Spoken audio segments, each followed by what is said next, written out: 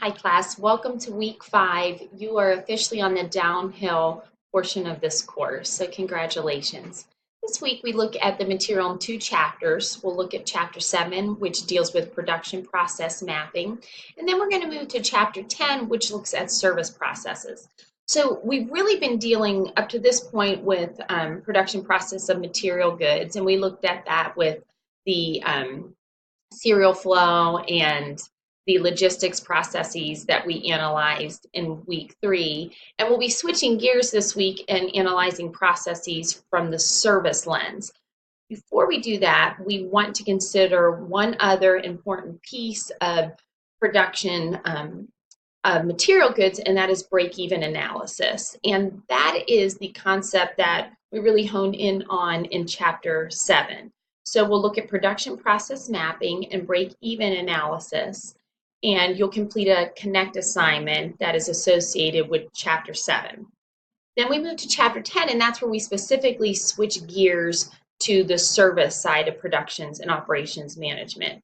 And when we're analyzing service production, we look a lot at waiting line analysis, which is called queuing theory. So we'll look at some common waiting line situations. We'll estimate service utilization rate, the length of waiting line time, and average customer wait time. Those are some of the primary components that we will analyze. And we'll also distinguish and explain the different characteristics and items to consider when you are dealing with service production rather than material good production.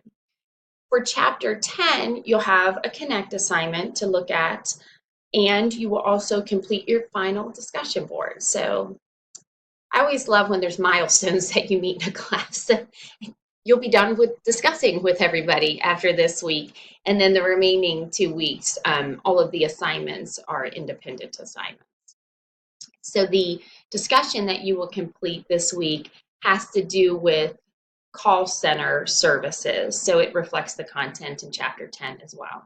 So 2 Connect assignments, a discussion board assignment dealing with the specific content of this week, and then the last deliverable that you will turn in is the independent case study that you selected last week to work on. So that's either the Pizza USA case study or the Toyota case study.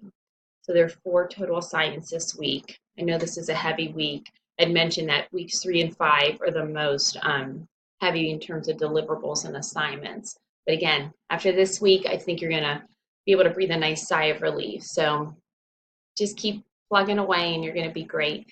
If you need anything at all, please don't hesitate to email me or text me. I mentioned before, I always have my phone on me, so that's a great way to quickly get a hold of me if you need anything. But I hope you have a great week, and I look forward to meeting and chatting with you in our discussions this week. God bless.